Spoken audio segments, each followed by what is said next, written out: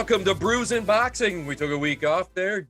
Judge Jimmy James traveled the world, and he's got the sweats, as you can tell up there, because it's been exactly 2 weeks since he's got to talk about his guy, Jojo Diaz. But we'll get to that in a little bit. Here, Filthy Rich is with me as always. Filthy Rich, you're looking all snazzy up there in your yellow shirt.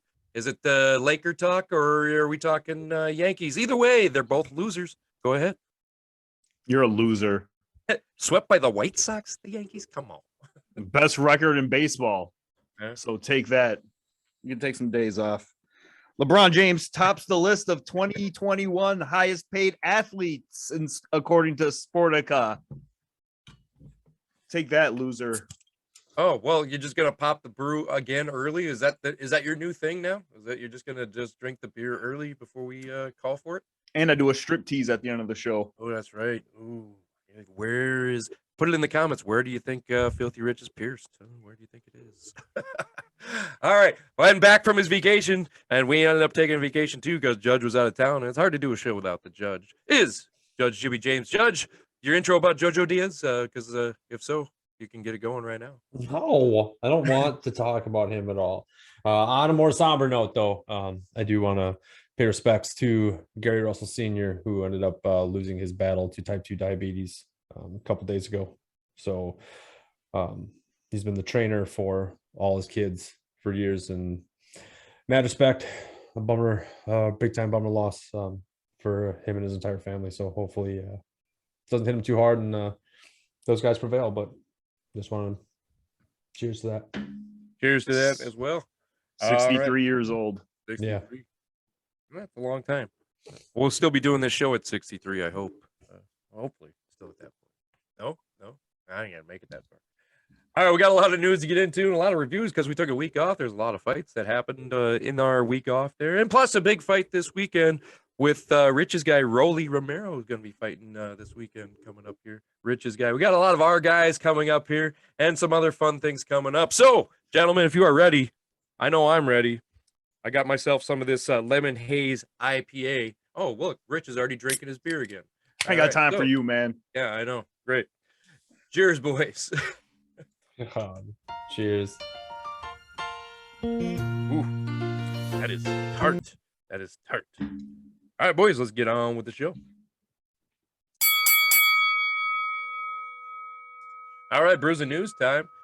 It happened, boys. Last time we were all together, we talked if Canelo Golovkin was going to be off, and it is on. Canelo decides that he is not going to fight his rematch right away with Bivol. Instead, he's going to take the Golovkin fight like he promised around the Mexican Independence Day and then fight Bivol afterwards.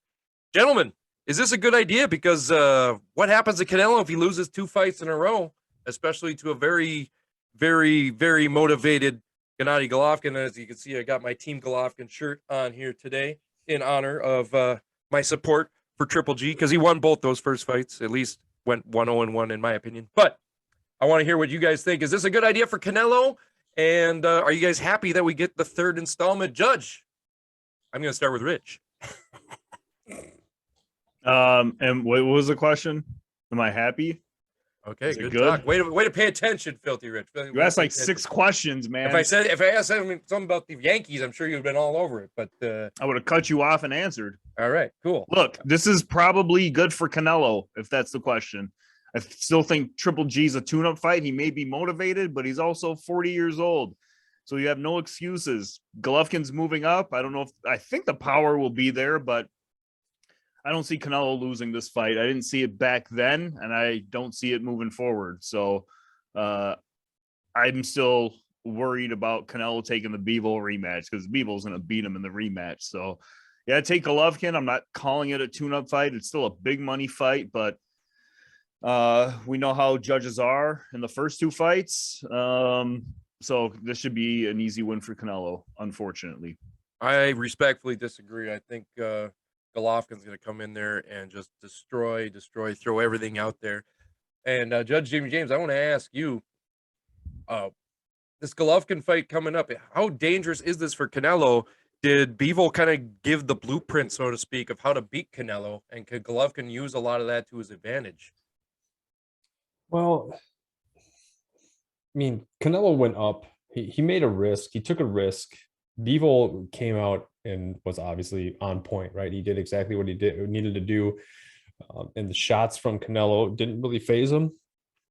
Like Rich kind of said, I think Rich reiterated in the last show. I know I've said some stuff about Joshua, how once a game plan gets changed that he doesn't deviate from it, and he didn't really deviate from it and got frustrated. So he's already fought Golovkin twice, so this is gonna be different. Obviously, a different trainer because he hasn't fought Golovkin with Jonathan Banks. So he looked. I mean, to me, he looked pretty good against Murata.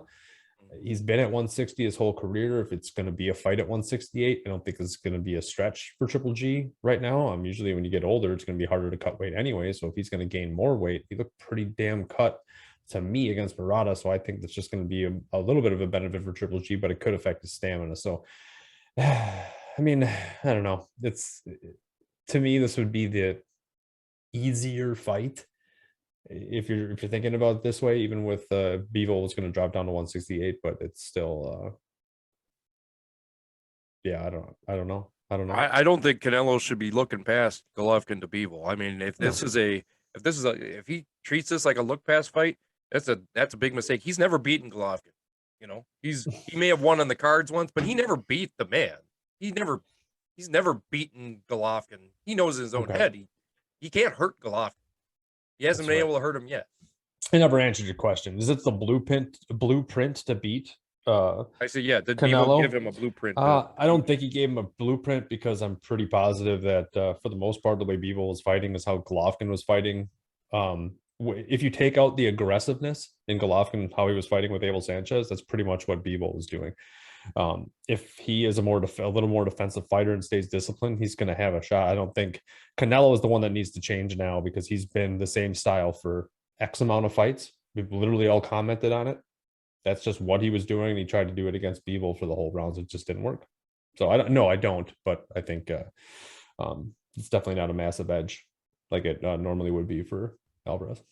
Well, this fight's scheduled for September 17th. Very excited to have this happen. It should be a nice little introduction to winter here in Minnesota for that fight. Probably the last fight we'll get to watch outside. Because it starts to get too cold to go outside out there. It starts to snow in October now up here. So. What are you talking about, man? It didn't snow till December this year. It got cold though. We were fishing early this year. It was great. It was cold. Oh, it was cold. Anyway, yeah. It was cold. Hey, something I was thinking about today as I was thinking about this fight too. You know, he's talking about that he's going to fight Bivol next after probably on Cinco de Mayo. But if he loses to Golovkin and he loses all the belts to Golovkin, Bivol has no reason to fight Canelo at 168 for no belts anymore in the rematch. What happens if Golovkin wins this fight? What happens then? What do you guys first, think? I don't think Golovkin can execute a blueprint that you're talking about. That is something more in like David Benavidez ballpark. So Benavidez has about the same speed that Bivol has. Golovkin doesn't have that speed anymore. Now, as far as winters in Minnesota, I have no idea what you're drinking tonight. But going back, what happens if Golovkin wins this fight? Does the Bivol fight still happen if Golovkin has all the belts, or do we have to do a rematch? Yeah, why? I didn't hear anything about that rematch being at 168. So that's maybe what Bivol wants it as at 168, so he can win the belts when he come down and win. I don't know why Bivol want to go down to 168. He should stay at 175. He's just a nice guy. He's trying to be nice. Yeah, he's a nice Russian Canelo at any weight.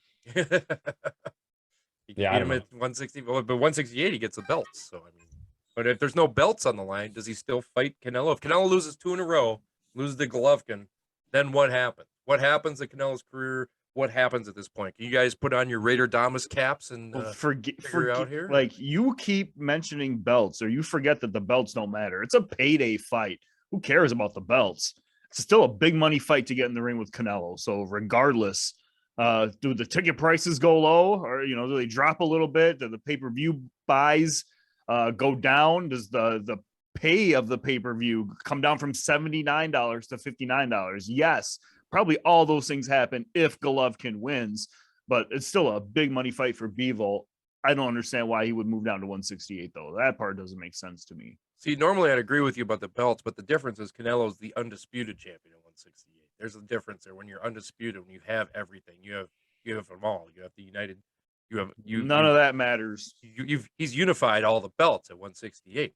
If you're not the Ring Magazine champion, none of that matters. And if you lose to Golovkin, then Golovkin's now the Ring Magazine champion, the lineal champion at 168. Now, does Bivol want to fight him? Does Bivol want to fight Golovkin at 168? That's a different story. I mean, we're talking Canelo and Bivol. So I know that's why it was my final kind of get around to that is it really the winner of this fight gets Bivol on Cinco de Mayo then, or is it still going to be Canelo if he loses? That was kind of where I was kind of going with it.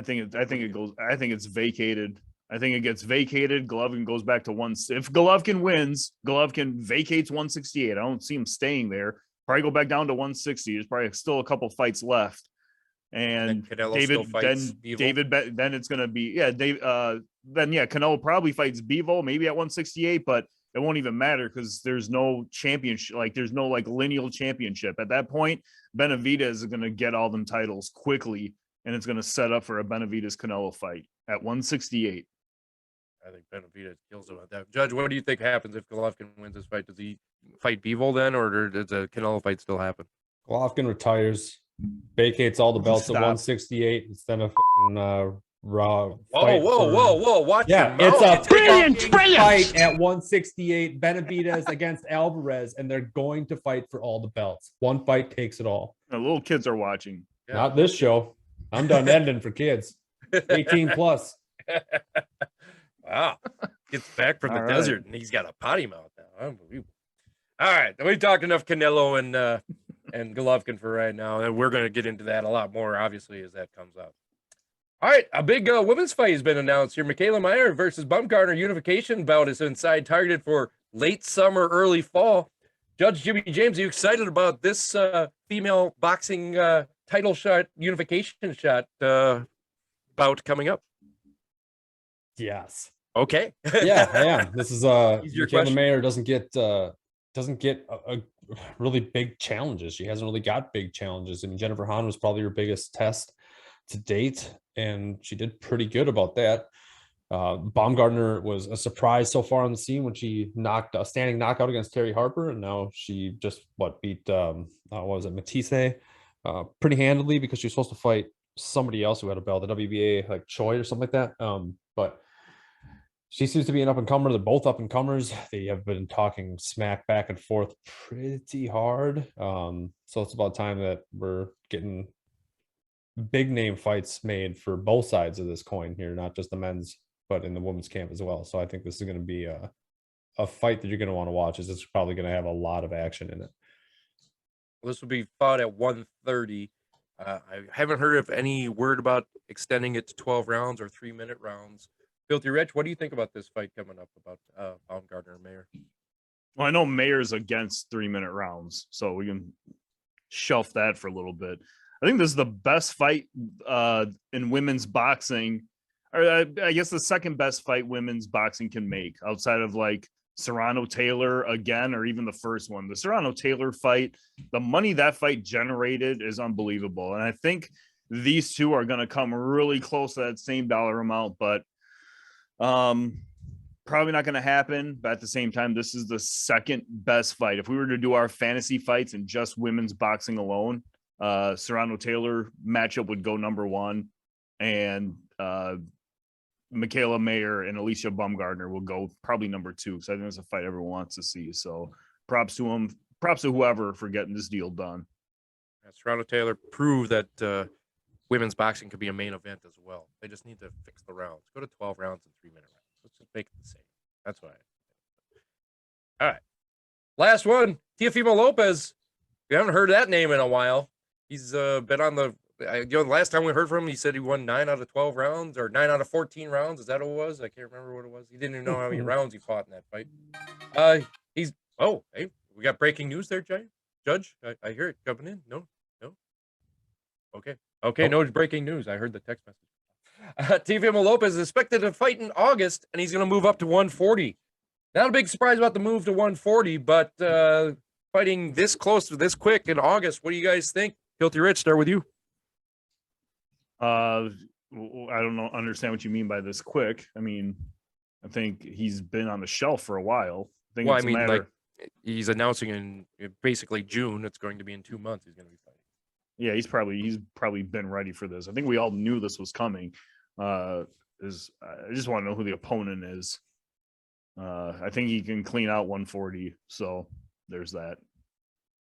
Think he can clean out and beat Josh Taylor in 140? You can overtake Josh Taylor as the. I'm usually, we've talked about this before. I'm usually not the one that says move up and fight the best. That's usually James's vocabulary. But in this case, I think Lopez can move up to 140 and fight the best and beat the best. And I don't think Josh Taylor's the best. Josh Taylor's just the lineal champ right now. So win that Ring Magazine title, be that lineal champ, because I think Lopez can do it.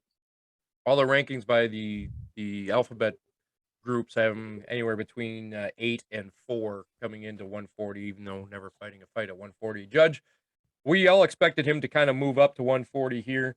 Who should his opponent be? And do you think he can overtake the division, clean out the division like Filthy Rich says?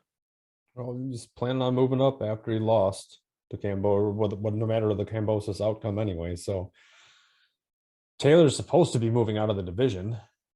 So he's supposed to be vacating all the belts, which means that everything's going to be up for grabs. So there's going to be either, what do you call them?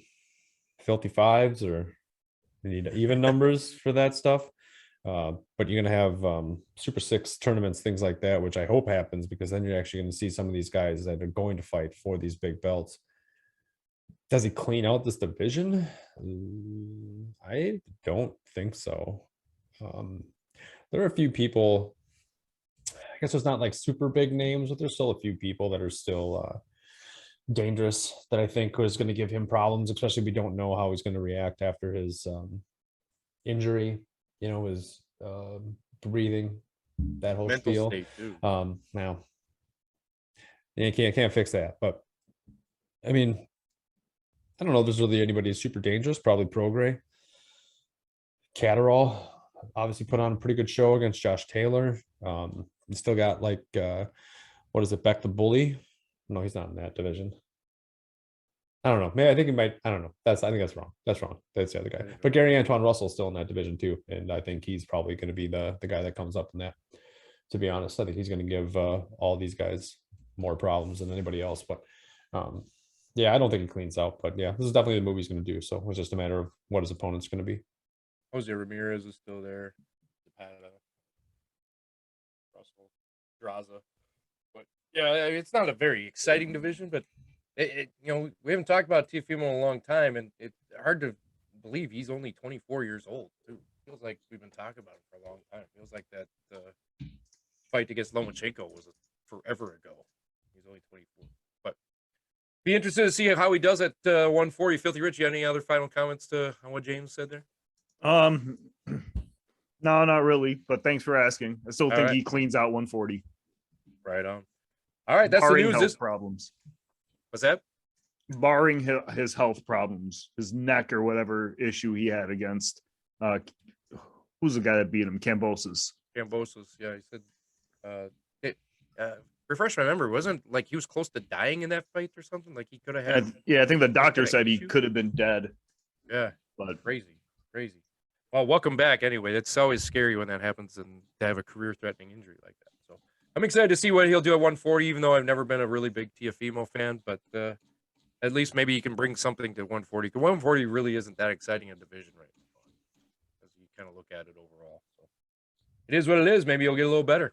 All right, that's the news this week. We got more show to get into here, so go ahead, and boys, and let's move on with the show. Cruising reviews time, gentlemen. We didn't have a show last week, so we didn't get to talk about Charlo and Castano, which we'll talk about first, actually, to start. Charlo and Castano, big fight 2 weeks ago. Castano coming off it was a draw, the first fight. I thought he won the first fight. I even put money on Castano in this fight. But James is going to tell me how that worked out. So, James, why don't you tell me how that worked out? Yeah, Charlo and Castano. Yeah. Number 2 came Both. out just like the other ones did. They came out quick. They were both doing the same things that they were doing in the previous fight, and why wouldn't they? Why would you? I wouldn't change anything, right? There were a lot of exchanges throughout the early rounds. There was a couple once you get into, I think it was the middle part of the fight. Charlo did have a couple of good shots against Castano and wobbled him a little bit, looked a little unstable. But Castano recovered pretty quick, pretty good. Came back, was hitting them, with some pretty good shots of his own, and eventually gets to the 10th round, and Castano essentially ate one too many hooks to the face and was dropped and could not recover from it. Essentially, it was a mirror of, maybe not a one-for-one mirror, but exactly what Charlo did when he drew against Harrison and then fought him the second time and stopped him. Drew against Castano, came in the second one almost to the round because he stopped Harrison in 11, stopped Castano in 10. He is definitely someone that's good for the game plan. So I think Charlo, came out on top, unified. I think he is the 7th person in the 4-belt era to be undisputed champion. I think this has happened like 3 times now in the last year and a half with him, Taylor, and Alvarez. So got to give the guy props. I think that was a really awesome fight. Definitely lived up to expectations. Bummed out about the outcome for me personally, but give credit where credit's due, man. He came out, changed his game plan, became victorious, knocked him out. I was bummed out by the outcome as well, but it was a brutal knockout. It came out pretty much out of nowhere too. They were really exchanging blows. A lot of there was definitely times in the fight I thought Charlo was in a lot of trouble too. So it was a very candidate for top 5 fight of the year possibilities. Filthy Rich, anything you want to add to what Judge said there? No, not really. Okay, then why don't you tell us what's next Nailed for it. Charlo? So look, Charlo's just about done with this division. I don't see him moving up just yet because there's still a couple names left that are potential big fights. Tim Tszyu and Sebastian Fundora were in the booth pre-fight with the rest of the Showtime boys. So both those guys are guys Jermell Charlo could fight. I have Tim Tszyu being the first one. Fight Tim Tszyu first. The next one would be Sebastian Fundora, who really proved his point, proved that he belonged here against Erickson Lubin. The last name I have here for Charlo would be Jared Swift Hurd. We haven't seen or heard from him in a while. Last I saw, he was at 160 and lost. So I think he was planning on moving down. And it was that fight that was in the rain for some reason. But anyways, those are 3 names I have for Jermell Charlo: Tim Tszyu, Sebastian Fundora, and Jared Swift Hurd. Now for Castano, coming off a loss, I don't think this is the end of his career. I still think he is a very dominant fighter at 154. Tony Harrison's probably looking for an opponent. I think he can beat Tony Harrison. So that's probably a big money fight that can get done. Both are Showtime fighters, so no excuses. Erickson Lubin is coming off a loss to Fundora. So Erickson Lubin, go out there, fight. What's my guy's name here? I already lost track. Castano. And last name for no reason at all, Israel Madrimov. Put Israel Madrimov is still at 154. He's a top-ranked fighter. And when I look at the fighters at 154, I think Madrimov's probably the best of the rest. So those are a few names for Castano on what's on deck for him. All right, that's what we have for that. Next fight we're going to talk about is the one that, oh, wait a minute. Yeah, wait a minute, man. What's going on here? Raider Damas made his appearance last time because he predicted that Boots would win in 1 round. He was close. He didn't see that Boots was going to take a little time off and get finish him off in the 2nd round. Boots versus Scott the Dick, also known as Custio Clayton. Boots destroyed him in 2 rounds, 2 short rounds. absolutely destroyed him. Raider Damas, right again. And I want to tell you what's next for Boots.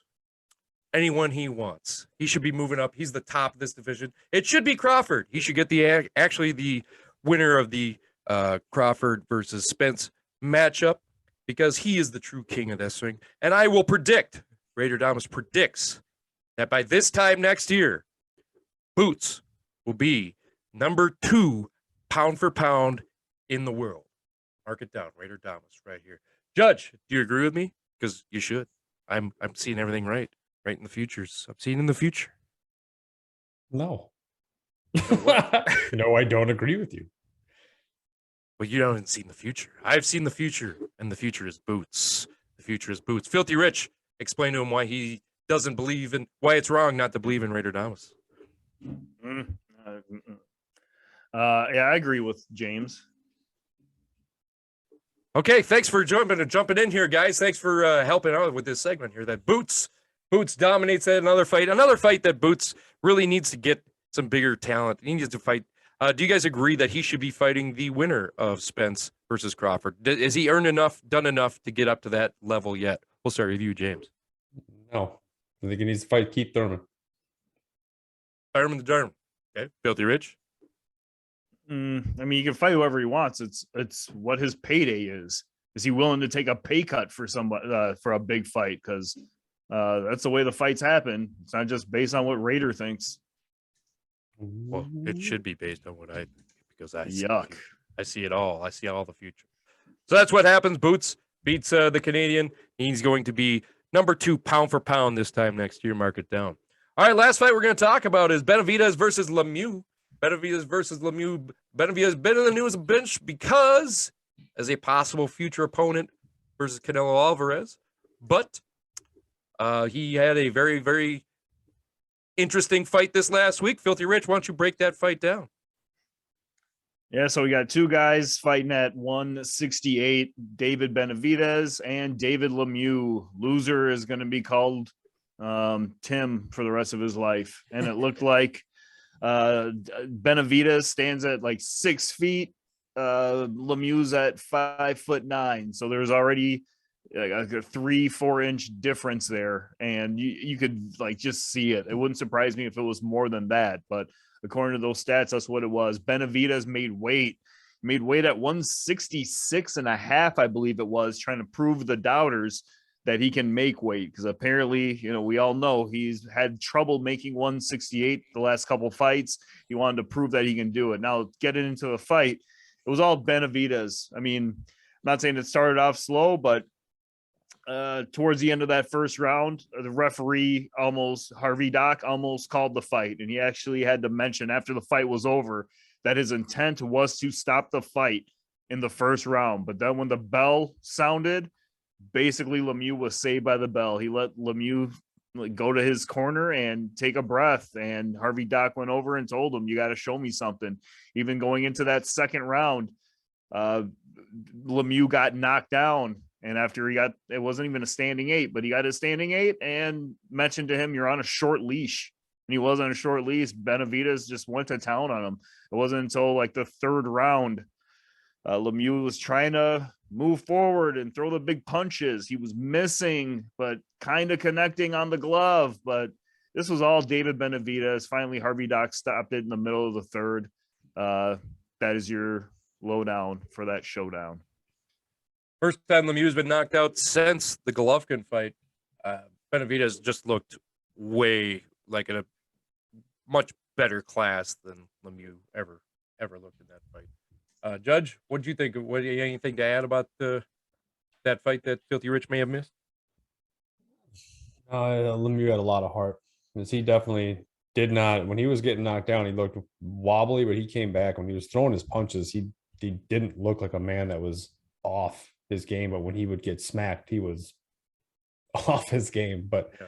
I give him a lot of credit and a lot of props for still going in there and trying to do something against obviously a guy that was just overmatched. But no, I think otherwise Filthy Rich nailed it.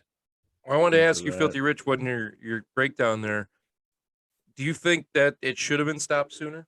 Because I felt like when I was watching that fight, I felt like Lemieux really could have got hurt. It should have been stopped a little earlier.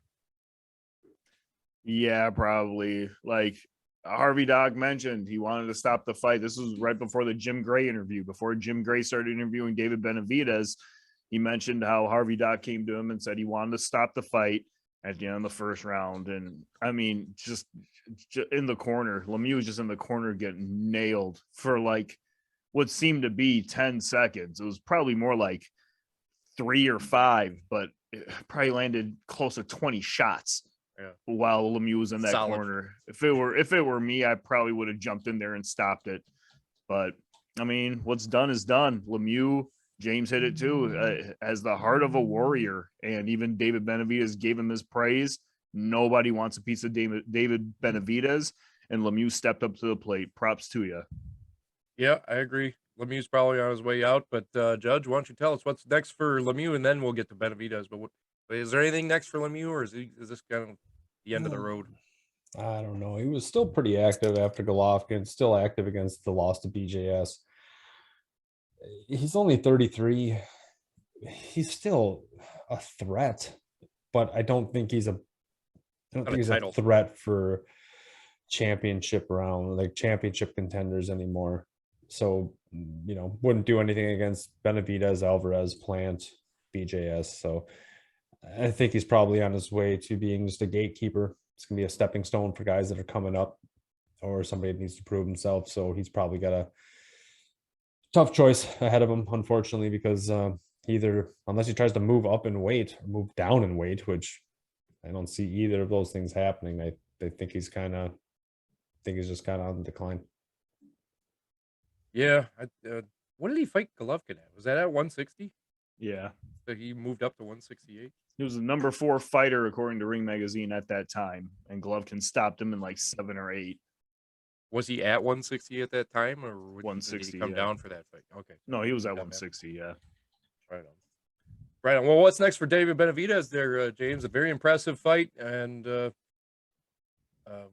curious to see what's next for him. What do you think? Me again? Yeah. Well, Okay. Rich did both of them on the last one, so you do both of them on this one. Oh, well, you button hooked me there. I wasn't prepared for that. I guess I missed the memo in the pre-show here. I mean, look, it's going to have to be the Canelo sweepstakes. Like, Benavidez needs to get all the belts at 168 before he moves up. His next step is to move up after he dominates 168, but he can't dominate 168 unless he has all the belts, and there's only one guy who has all the belts. So it's kind of a crapshoot. I don't think we're going to see him fight again unless it's just a rando or somebody lower on this totem pole that just doesn't have a chance in this next fight. So I definitely don't see him moving up. So I don't know, man. For only glory and maybe a payday, Caleb Plant, I guess, but I just don't see him fighting anybody else at this division. So he needs to fight Canelo. He needs to get the belt so he can move up to 175 and start testing his might there, because that's pretty much what he needs to do, because he's obviously oversized for this division. Yeah, probably in the meantime, maybe a John Ryder. What do you guys think about maybe a John Ryder fight? I mean, just for nothing while you're waiting for Canelo to figure out what he's going to do. Because I think if Canelo watched that fight, I think he's going to want to be vacating instead of fighting Benavidez. Benavidez looks scary in that fight. Filthy Rich, you have any other ideas of who Benavidez might go to? I'm thinking maybe John Ryder might be a decent one to wait until, or maybe a Caleb Plant. That'd be a big fight, though. That'd be a big money fight. I think the answers, are like Caleb Plant, Canelo Alvarez. Maybe take someone out of there. I don't want to say misery, but like I think Anthony Durrell still fights. They're both at 168. I think Anthony Durrell, if he hasn't beaten him by now, Anthony Durrell's another name. Not saying Benavidez beats up on old guys like Rahilio Medina and people like that, but Durrell's career is coming to an end. It's a big money fight for him right now. Benavidez is a big money fight, so that would be the path I would go, unless like Jamal decides to move up. I don't think that's going to happen for another year after the Sulicki fight in June. I think all the Derrick James boys are all going to move up a division next year. So you can wait for Charlo, or you can move up to 175. I think he's going to wait for Charlo, though, if I'm going to keep it real here. What about a possible returning BJS? I keep hearing that BJS might be coming back, but that might be an interesting fight. I mean, BJS, I don't know if he wants to come back and fight Benavidez right away, but, you know, if you don't have many fights left in you like BJS may not, maybe he wants to take a shot at Benavidez. James, you kind of shook your head like that would be a no. What do you think? No, BJS is done. I don't. He no. He's too much of a weirdo. I don't know. The other guy I forgot about was Boo Boo. I keep forgetting Boo Boo's at 168. If Boo Boo really is talking the crap and wants to get Canelo Alvarez so damn bad, beat Benavidez, him and Boo Boo could go at it. That might be a big. I mean, I know I'd pay for that if that was a pay-per-view. So I keep that might be your outlier right there. If he can get off his injury, beat Zach Parker, and see if he can jump up these ranks quick. What are you talking about? He nothing. He nothing. Well, I don't even know who he is. Who is he? Is that what Canelo said to him? Like, you're nothing. You're nothing. Get out of here. Yeah, that sounds more like Mike Tyson, but I mean, that's a horrible you're representation. Horrible. You're horrible. You're nothing. What do you think, Filthy Rich? BJS a possibility? I keep hearing BJS is trying to make a comeback here. That's what that's my rumor mill. What's your sources say?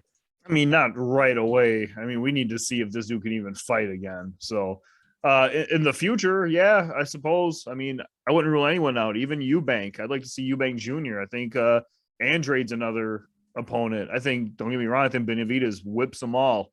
I think Benavidez whoops them all. Maybe, I mean, Canelo's like the only close fight, but I think Benavidez whoops them all. You think maybe he takes a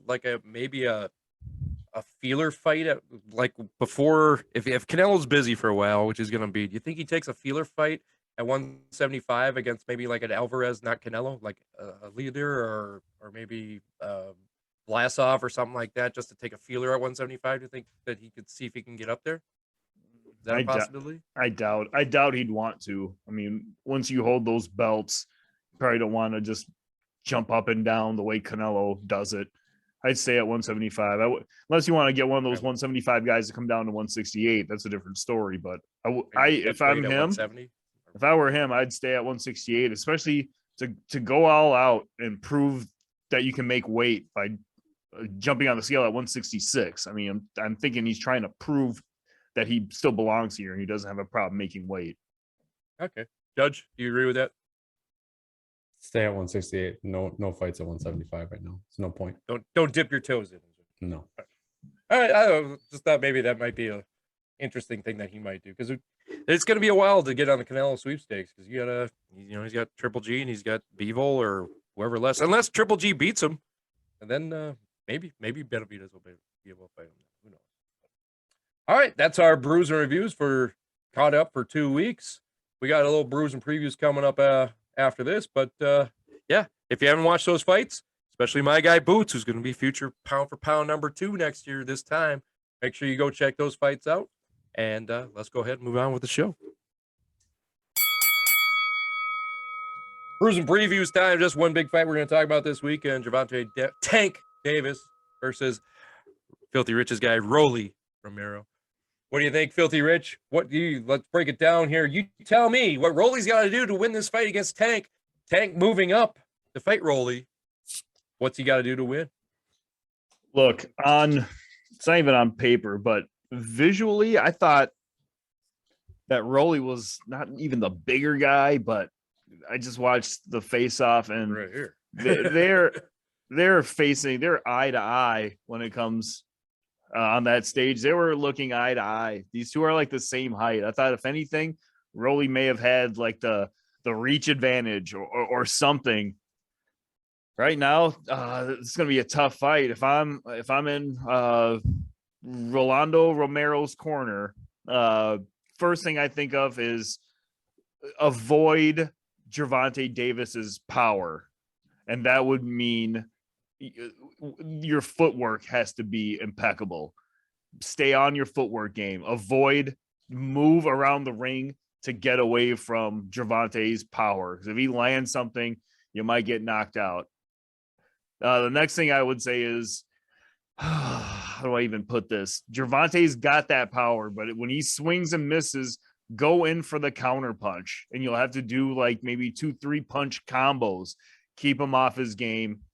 The third thing I would say is probably just control the ring. Let Gervonta come after you. Maybe you can wear him down. Maybe he runs out of gas late, but that's all you can really do. I would say basically it's footwork, counter punch, and control the ring. Those are the three things I would say. If Rolly wants to win this fight, those are the three things he needs to do to at least get on the judges' scorecards, because I don't think he's going to knock out Gervonta.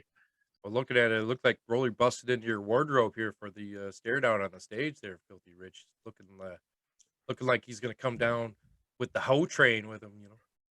Get a little Godfather coming to the ring. It's going to be great. Maybe, you know, you're gonna supply him with the fresh hose down there, or what? Supply him with some Tecate. That's right.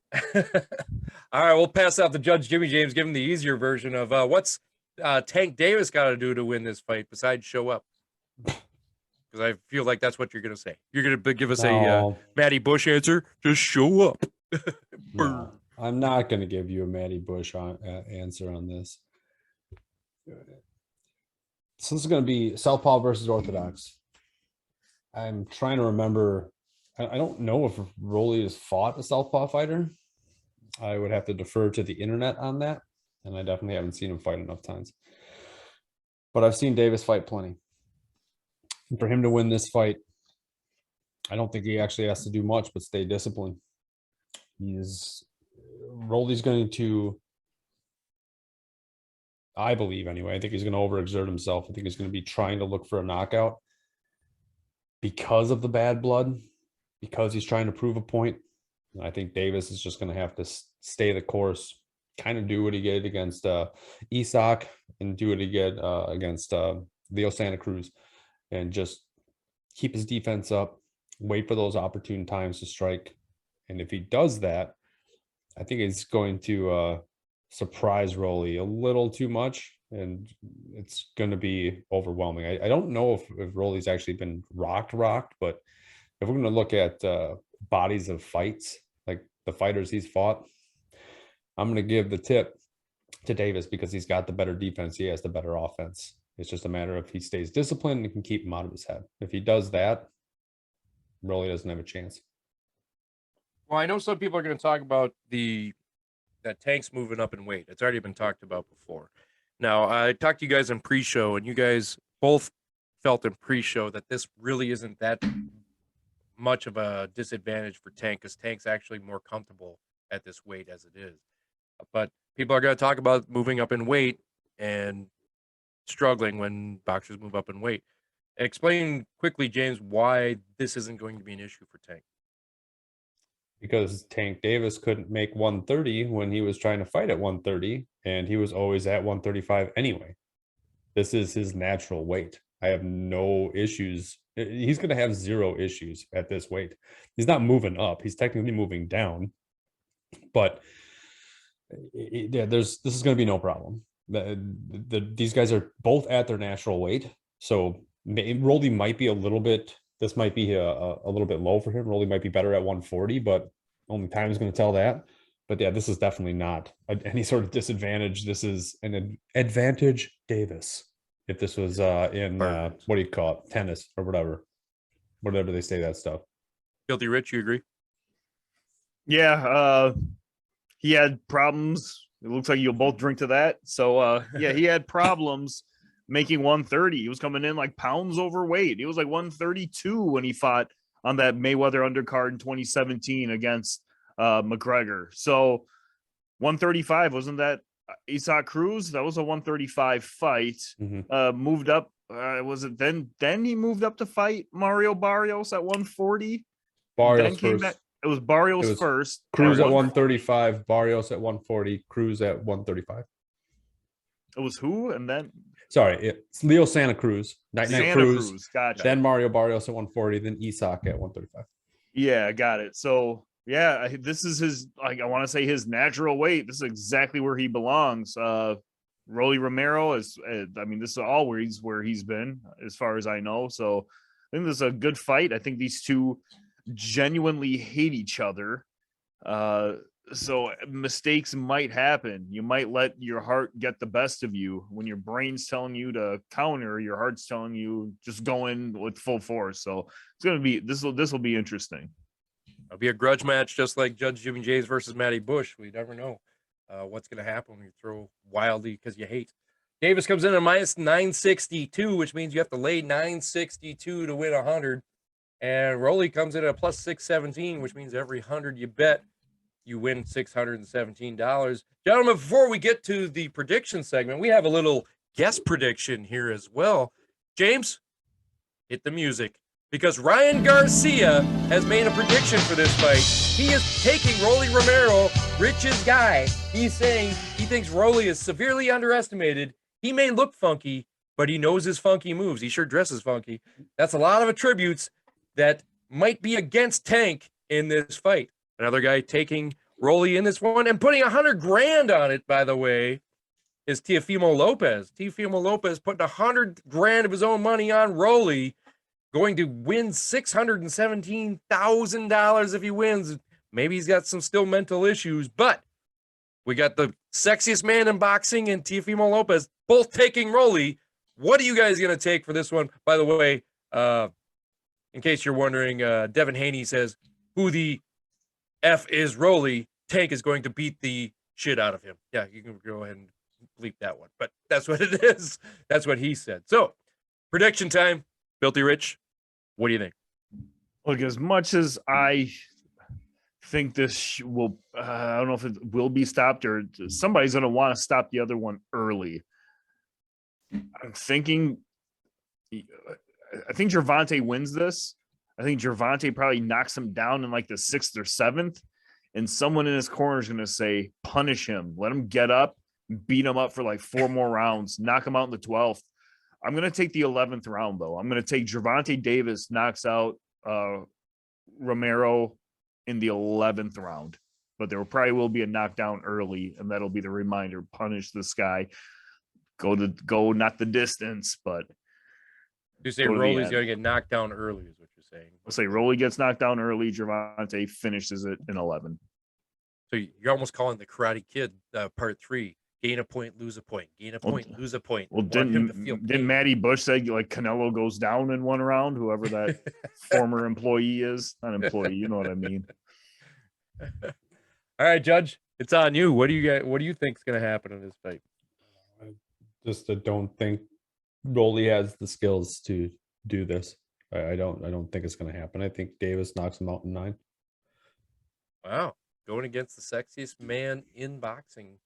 And in his prediction, I talked to you guys in pre-show, and I said I keep hearing things about Rolly in this fight, and you guys wanted it on camera and recording. Well, here you go.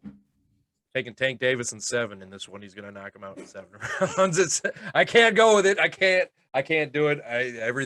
I keep trying to find things and hear things. I keep hearing good things about Rolly, but I feel like it's just pushing up the fight because I think Tank's just going to roll right over him. It's going to be gross. So I'm going to take that knockout in 6. So that's what we got here for the fight this weekend. If you want to place a bet, you're going to have to lay a lot of money on Tank because we all have Tank on this fight. So minus 962, that's our prediction here. And Tfimo Lopez, you could have spent that money on something nice. Too bad. I would have liked $100,000. You could have spent it on Bruising Boxing. Got us a studio. We would have had you on every week, but it is what it is. All right, that's Bruising previews for this week. Let's go ahead and move on with the show. All right, that's our show this week. But before we get to the outro, we have a couple of announcements to make. Not announcements, but things to touch on. Instead of doing a Bruising Tributes segment, we're just going to talk about it. 2 boxers have retired this week, Jamel Herring and Amir Khan. Amir Khan has been a staple of this show for a long time, since the beginning, until Ryan Garcia took over for him. But Amir Khan officially announced his retirement, ends his career at 34-6 with 21 knockouts. Jamel Herring ends his career at 23-4 with 11 knockouts. Gentlemen, your best Jamel Herring and Amir Khan things before we get into the final things. Filthy Rich, I'll let you take either one you want. Which one you want? Well, Luis Collazo retired too. That Okay, Luis Collazo. Okay, yeah, Luis that's not one of the Collazo. ones I asked, but Okay, so Luis Collazo retired too. He kind of went under the radar. He had some brutal battles. There was a fight he had where if he would have won, he would have gotten like a green card, and he did not win it. It was a big ESPN fight. That was pretty big, man. But yeah, as far as Amir Khan, look up the milk bottle video on YouTube. Pretty cool. Just juggles a milk bottle using his fist. That's all I got. Jamel Herring, a Marine. Amir Khan, the safe light repair glass jaw Joe of England, but very famous in England. Judge, anything about it, Herring and Khan before we get out the door? Herring was a warrior, former Marine. I think one of his, the biggest upset for me was when he knocked out Frampton before Frampton retired. That was an amazing fight, an amazing feat. Unfortunately, that was the tip top of his career, but he's going out healthy, right? They're both going out healthy, which is awesome because most people don't feel most people do that. And even though Kell Brook went out on a loss, Amir Khan went out on a loss against Kell Brook in his last fight, he still had one heck of a career, and I give him props. You guys obviously like him a lot more than I do, but either way, both fighters, mad respect. All right. Well, the question has to remain here because I got the background up. Jamel Herring, is he a Hall of Famer? Filthy Rich, yes or no? And I don't think so, man. I don't think so. I don't think he had enough fights personally. Not enough. Judge, what do you think? Herring is a Hall of Famer or not? No. No, I don't either. Amir Khan, is he a Hall of Famer? Filthy Rich. Huge in England, like one of the biggest fighters in England. Amir Khan, probably. I think he gets in. I think he gets in. Amir Khan gets in. Judge Jimmy James, I know that would hurt you to say yes, but do you think Amir Khan gets in? He was champ. I understand he was champ. So was Herring. He had some champs, but he definitely has a resume. He's got a resume of losses. He does. But Kell Brook's losses were very good fighters. Amir Khan's losses have been pretty good fighters too. Well, we're talking about Amir Khan. We're not talking about Kell Brook. I know, but we talked about Kell Brook last time. But let's saying his 3 losses were against really good fighters. Amir Khan's 6 losses are against pretty good fighters. Yeah. What do you think? Well, I was asking you. I'll tell you what I think in a minute. I think it depends on who's on the card. I think it's borderline.